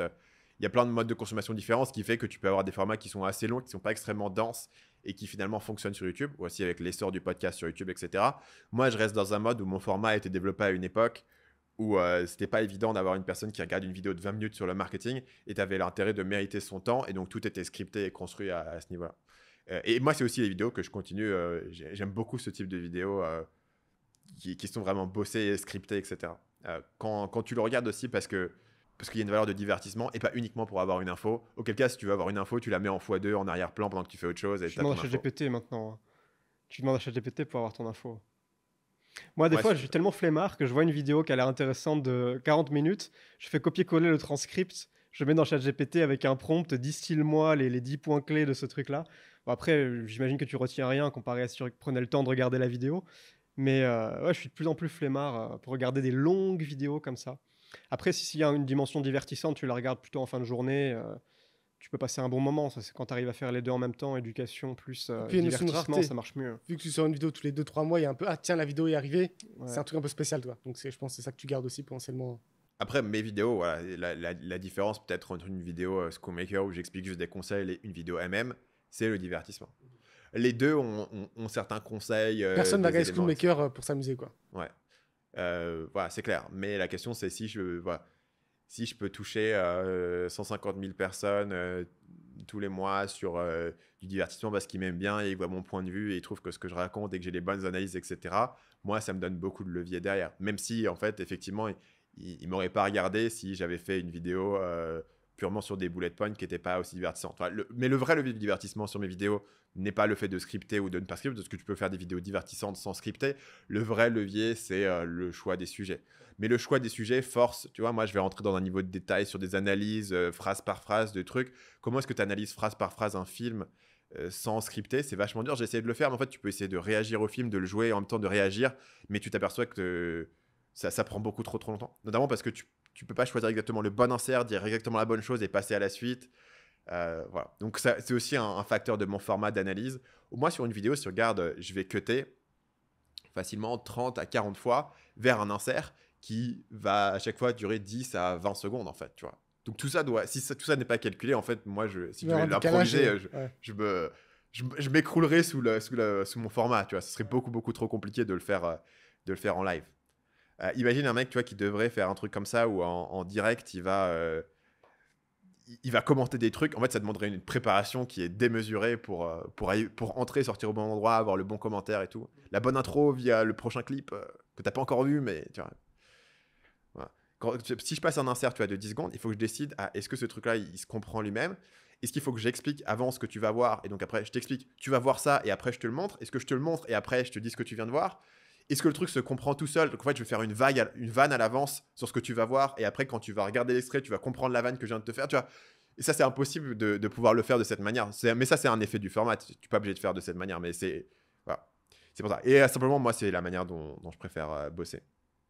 Comment tu fais pour gérer le perfectionnisme et te dire à un moment donné, ok, là c'est assez bien, parce que quand tu contrôles autant le processus, tu peux très vite te perdre dans les détails et forcément au bout d'un moment, enfin, ce que tu produis n'est même plus mieux, c'est juste différent. Tu vois, comment tu fais pour gérer ça? J'ai un nombre de passes que je fais sur des contenus. De passe? Un nombre de versions, en fait. J'ai 3 versions. Ok, d'accord. Ah ouais, ok. J'ai passé dessus un certain nombre de fois. Et je sais le nombre de fois qu'il me faut pour avoir. Donc, par exemple, si j'écris un contenu une première fois, j'ai passé une fois dessus. J'ai trouvé énormément d'améliorations, des trucs qui sont répétitifs, des trucs qui sont pas clairs. Là, il manque un exemple, un truc. Donc, la première passe, je vais avoir énormément de leviers. Et sur un contenu que j'ai écrit moi-même où il n'y a pas 1 milliard de recherches, souvent, en fait, ça suffit. Je peux l'écrire une fois et le relire une fois en détail et ça suffit. Et moi, je mets en ligne, tu vois, une page de vente sur un gros lancement que je vais relire en fait une seule fois. Donc ça me suffit. Sur une vidéo, généralement, on a 3 versions parce qu'on a plus de recherche. Donc, il y a souvent une version au départ qui se cherche plus en termes de structure. Mais en gros, une fois que je suis à la version 3, je me souviens pas la dernière fois où j'ai fait une version 4 d'un script de vidéo.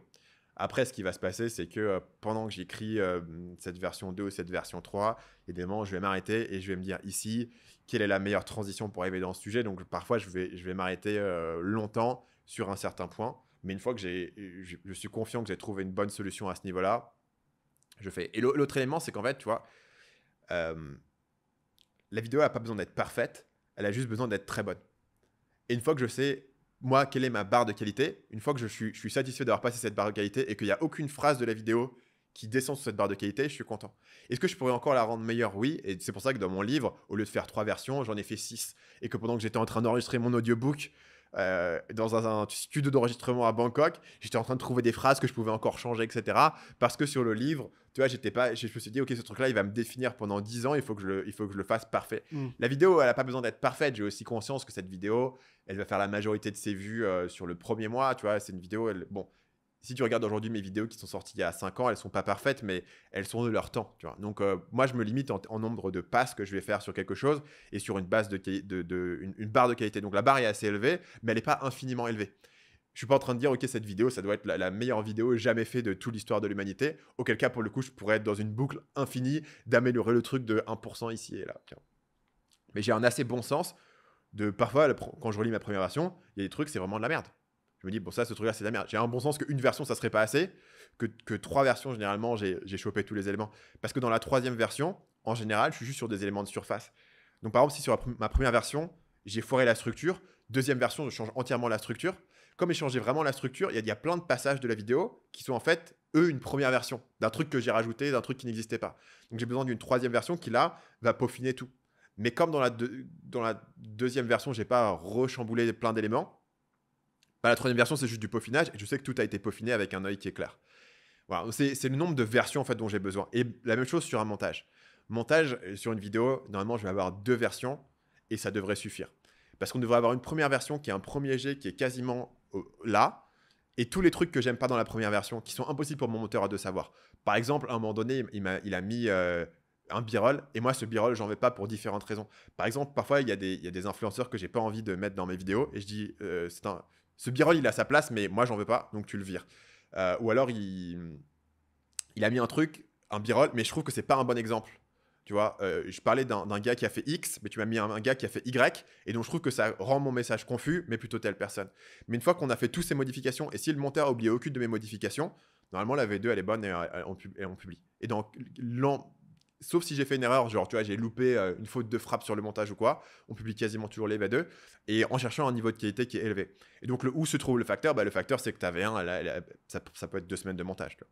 Donc en fait, aujourd'hui, je peux avoir une personne qui bosse sur une vidéo de la chaîne principale, un monteur full-time, qui va monter environ 4 minutes de vidéo par jour. Donc, c'est là où se trouve le facteur, c'est le temps passé sur le truc. Et en fait, de dire, on va faire une grosse remise à jour, mais généralement, ça suffit.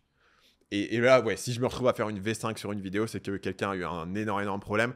Soit moi, j'ai pété un câble et je change d'avis sur des trucs, en fait, que j'ai pas vu sur la V1 parce que j'ai changé d'avis entre-temps. Ou alors le monteur a pas suivi mes retours ou quoi que ce soit, tu vois. Combien de temps ça t'a pris la plus longue vidéo que tu as jamais créée de A à Z? Je pense que j'ai passé jusqu'à 3 semaines d'écriture où je faisais que ça Ok. sur une vidéo. C'était un mois avec le montage et le reste.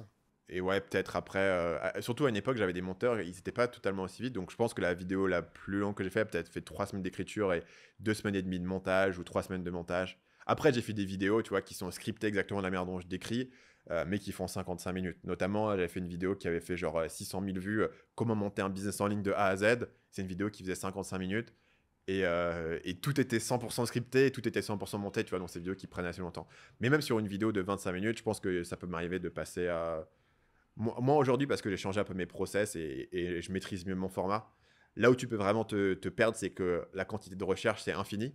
Et là où sur un script, tu peux comprendre V1, V2, V3, dans tes recherches, à quel point est-ce que tu as trouvé 80% d'infos. Tu vois, tu peux toujours avoir plus de recherche. Tu peux toujours se dire, la prochaine vidéo que je regarde, il y aura le petit clip, la petite phrase qui est parfaite, que je peux caler ici, etc.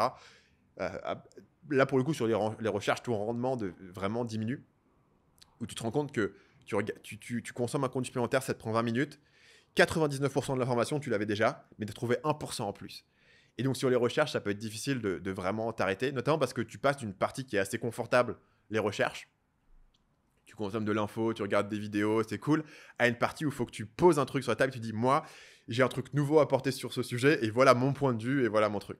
Par exemple, sur des vidéos comme la vidéo que j'avais fait sur PNL, par exemple, tu vois, ce truc de passer d'accumuler des recherches où tout le monde parlait d'eux, c'était le groupe de rap le plus viral, et d'un coup de dire, ok, il faut qu'on ait un point de vue, une ligne directrice sur une vidéo, qu'on pose un truc nouveau à apporter, ça peut être assez compliqué. Donc je pense que la phase de recherche est vraiment la phase qui peut happer un temps essentiellement arbitraire. Et il y a des youtubeurs que j'adore, des youtubeurs américains qui publient genre une vidéo par an littéralement, tu vois. Et les mecs ils publient une fois par an, mais chaque vidéo fait 5 millions de vues. Un exemple que je peux donner, c'est un gars qui s'appelle Edge Bomber Guy, et tu sens que c'est un gars, il a juste pas de limite sur ses recherches en fait. Donc il va faire 4 mois, 5 mois de recherche. Wow. Et après, pour accumuler ça, il va écrire pendant 4 mois, 5 mois. Et après, il va monter tout seul comme un malade pendant 3 mois. Et en fait, c'est ça son processus de vidéo. C'est intérêt de bien marcher. Hein. S'il rate la vidéo. Ouais, exactement. C'est Mais parce que ces gens, si t'as aucun cap sur les recherches, tu peux faire des recherches aussi longtemps que tu veux. Là, tu vois, je suis en train de faire une vidéo un peu sur le concept des arnaques et la psychologie d'une arnaque. Les recherches que tu peux faire, c'est infini. Le nombre d'arnaques dont tu peux parler est infini. Cette vidéo, elle va probablement, tu vois, la vidéo que je vais faire va probablement durer 30-35 minutes. Mais cette vidéo, elle pourrait durer 8 heures. Tu vois. Donc, je pense que c'est là où tu peux te prendre. Voilà, les recherches. Après, sur le montage aussi, je pense qu'il y a des gens qui changent d'avis et tout. Moi, je trouve ça une folie de changer d'avis sur un montage qui a déjà été fait. Pour moi, c'est comme, tu vois, tu crées une fonctionnalité sur ton produit. Une fois qu'elle a été créée et qu'elle marche, tu dis, en fait, ça ne devrait pas marcher comme ça. Non, tu devrais t'apercevoir, avant de créer la fonctionnalité, de comment elle devrait fonctionner. Et pour le montage, j'ai un peu la même philosophie. C'est-à-dire que tu devrais décider comment la vidéo devrait être montée avant de la faire. Et donc, du coup, après, c'est juste, on débat sur l'exécution et quel est le bon b-roll et quelle est la bonne transition. Et là, la musique, elle est trop forte. Et là, la musique, elle ne matche pas au ton, etc. Mais ça reste sur de la surface. Tu dis que la niche productivité est une pure arnaque. Ouais, ça dépend, mais beaucoup de créateurs dans cette niche productivité sont en réalité des vendeurs de complexité. Tu connais déjà les vendeurs de rêves qui vendent des formations pour te rendre millionnaire sans rien faire. Tu as les vendeurs de peur, c'est plutôt dans la bourse, le trading, ceux qui font des miniatures sur l'apocalypse, la fin des marchés avec des bougies rouges sur leur miniature toutes les semaines. Et puis les vendeurs de complexité, c'est ceux qui te font des vidéos pour te montrer leur dashboard Notion avec 14 databases interconnectées, avec les intégrations OpenAI, Google Calendar pour avoir tes rendez-vous en temps réel. Enfin, tous ces systèmes tentaculaires de productivité qui, en réalité, ne servent que celui qui les crée, parce qu'après, il va vendre des formations, créer vos propres systèmes de productivité. Mais tout ce dont tu as besoin la plupart du temps, c'est de prendre un post-it, d'écrire tes 3 tâches du jour et de te bouger le cul. Moi, je suis très souvent tombé dans ce piège de passer des semaines à élaborer des systèmes compliqués, tester toutes les apps de productivité, avec cette fausse croyance que ce dont j'avais besoin pour être productif et avancer dans mon travail, c'était d'un système. Alors que ce dont j'avais besoin, encore une fois, c'est la méthode la plus simple et directe. Tu sais, c'est un peu ce même de la courbe de Gauss, j'adore, avec la masse au milieu qui galère, qui souffre à Mid-wit. connecter plein d'outils entre eux, là. Ouais, c'est ça. Et tu as l'espèce d'homme de Cro-Magnon sur la gauche de la courbe Le et génie. l'espèce de chevalier de Jedi. En fait, les deux utilisent la manière la plus simple, qui est juste de prendre des notes sur Apple Notes. Parce que je pense que quand tu utilises un nouveau système, tu as toujours un petit boost avec la nouveauté, où effectivement, pour 1 ou 2 jours, tu es extra motivé, tu fonctionnes bien, mais une fois que ce boost de nouveauté est parti, tu reviens au même niveau qu'avant, en fait. Ouais. Mais tu penses, il faut juste que je retrouve le prochain, quoi. Et je suis d'accord, au final, 3 tâches par jour écrites sur un papier, c'est moi- assez imbattable. Mon meilleur outil de productivité depuis 2 ans, là, c'est un carnet et un stylo. C'est le truc le plus trivial du monde. Mhm. Mais je pense que tu peux élaborer des systèmes tellement compliqués qui te font croire que ça va t'aider, alors qu'en réalité, tu es juste distrait. C'est pas être productif, c'est être occupé. C'est de la distraction. Mais c'est déguisé sous forme de productivité. Et donc, tu as l'impression que tu fais quelque chose d'utile, alors que pas du tout. Et c'est la pire forme de procrastination, ça, c'est de la procrastination déguisée. Parce que si tu es en train de scroller sur ton téléphone, Au moins, sur t'es au Instagram, courant. à rien foutre, Ouais, au moins t'es au tu courant. sais que Ouais. tu perds ton temps. D'accord. Mais là, tu fous rien, mais tu as l'impression d'être. En fait, ton cerveau est trompé et tu peux perdre des semaines, des mois, peut-être même des années là-dedans. Moi, j'ai perdu à un moment donné 2 mois et suite à ça, j'ai complètement pété un câble. Quand je me suis rendu compte que ça ne me menait nulle part et que T'as je perdu pédalais 2 dans mois la sur quoi? choucroute, je suis allé m'acheter un carnet, un stylo et puis j'ai tout arrêté, quoi. Mais t'étais quoi? T'avais installé. Obsidian, Je testais toutes les apps possibles. Je suis tombé dans le rabbit hole de Notion. Où, tu sais, tu peux te faire tellement de trucs avec Notion. Plus installer d'autres apps pour d'autres fonctions. Et en fait, je me disais, ouais, je vais tout automatiser avec des rappels, des machins. Et ça servait à rien. En fait, j'ai créé des architectures que je n'utilisais même pas. Et je prenais plaisir à créer ces systèmes parce que c'est marrant, tu apprends des trucs, c'est rigolo, tu connectes les machins. C'est un peu comme jouer au Lego. Sauf qu'en fait, au final, t'es pas du tout productif avec ces trucs-là. Et je pense que l'immense majorité des gens, contrairement à ce que prétendent les gourous de la productivité, qui évidemment ont leur business basé là-dessus, ont juste besoin d'écrire le 3 tâches du jour sur un papier et de se bouger le cul. Franchement, je pense que le monde serait beaucoup plus productif si on travaillait comme ça, avec du papier plutôt. Aussi, le problème des apps, c'est que les apps, par définition, sont à quelques clics d'une distraction. De YouTube, d'aller voir une vidéo, d'ouvrir Instagram sur ton téléphone. Le papier, c'est le seul outil de productivité qui est 100% sans distraction. Et tu retrouves une clarté mentale incroyable. Moi, maintenant, j'ai mon système sur mon carnet qui me permet de tout noter mes idées, mes tâches, écrire si j'ai besoin de me vider la tête, même mes calendriers. Au lieu d'avoir un Google Calendar, je fais des bêtes traits au stylo sur une feuille de papier. Et je fais ça comme ça. Et je suis beaucoup plus productif au final parce que je ne suis pas distrait par la notification. Je ne suis pas non plus distrait par l'app elle-même qui me propose de créer un nouveau sous-dossier, sous-projet, je ne sais pas quoi, de connecter avec des automatisations, des machins. Au final, tu passes ton après-midi à faire ça. Tu n'as pas avancé sur ton vrai travail. Voilà, donc je pense qu'une grosse partie de la niche productivité telle qu'elle existe aujourd'hui est une arnaque. Et faites attention, quoi. Tombez pas dans ce piège de la méta-productivité qui n'est pas de la productivité. Être productif, c'est pas pareil qu'être occupé. Ok, j'ai un dernier sujet. On va terminer là-dessus. Vas-y. Tu penses que porter un short et des tongs en Thaïlande, c'est une hérésie? Ouais. Ah non, jamais. Ah, merde, jamais. on s'est fait, Ah oui. on s'est chopé. Ah non, non, J'étais pas prêt. non, mais je porte des crocs, donc c'est bon. Moi, j'ai des J'essaye. chaussures. Mais par contre, on est en short là. Là, c'est indéniable, on est en short. Vous n'avez pas remarqué que quand vous portez un short ample avec des claquettes, ou vraiment des vêtements de touriste, on devient paresseux. On devient paresseux. C'est comme si ça influençait notre état d'esprit. Alors que quand je m'habille avec un pantalon, ceinture, je mets des chaussures fermées, même s'il fait chaud, j'ai beaucoup plus de facilité à me mettre au travail. J'aurais pas d'arguments scientifiques, rationnels pour expliquer ça, c'est juste du ressenti. En tout cas, moi, je le ressens comme ça. Mais je pense que beaucoup de gens gagneraient en productivité à bien s'habiller, au lieu de se taper Mais comme où des est-ce que tu touristes. t'arrêtes alors? Pourquoi est-ce que t'as pas un Petit costard. petit costard, petite chemise, J'ai la personne à cravate, impressionner, faut pas déconner T'as non pas plus. essayé. chapeau de forme? Non, tu vois, Mais la logique se pousse je pas. t'avoue que j'ai déjà pensé. J'ai déjà pensé, mais j'ai jamais fait parce que bon, c'est peut-être un peu too much. Mais au moins, voilà, parce que les claquettes, quand même, t'es pas un vacancier. Parce que Mais j'ai dire, des- t'es chez toi, t'es pieds nus de toute manière. Ouais, tu vas bosser au café ou quoi? Non, j'ai mes pantoufles, c'est bien. Mais sinon, je bosse souvent au café, ouais, beaucoup. Non, mais je pense vraiment que quand t'es en short et tongs, tu travailles mal. T'es en mode vacances dans ta tête. Oui, il y a une certaine logique. Par exemple, si tu restes en pyjama, on sait que c'est pas bon. Donc il y a C'est cette pareil. logique-là. C'est C'est pareil. juste une C'est continuation. comme, tu sais, un peu ce fantasme de travailler en slip depuis chez soi, mais personne ne travaille en slip. Oh, tu mets un pantalon quand tu travailles. Tu vas pas être productif en slip depuis le canapé, tu vois ce que je veux dire. Donc pour moi, c'est plus une question de... C'est D'incarner un peu le rôle, quoi. D'incarner la fonction. bah, c'est ça, quand tu te vois devant le miroir, qu'est-ce que tu vois? Est-ce que tu vois un touriste ou est-ce que tu vois quelqu'un qui est bien habillé, prêt à travailler, un vrai entrepreneur, quoi? Après, bon, chacun son... Certains me diront que je dis n'importe quoi, il y en a qui... on trouvera des contre-exemples, c'est sûr. Mais voilà, moi en tout cas, je trouve que c'est une hérésie et je ne changerai pas d'avis. On laissera les gens se battre dans les commentaires.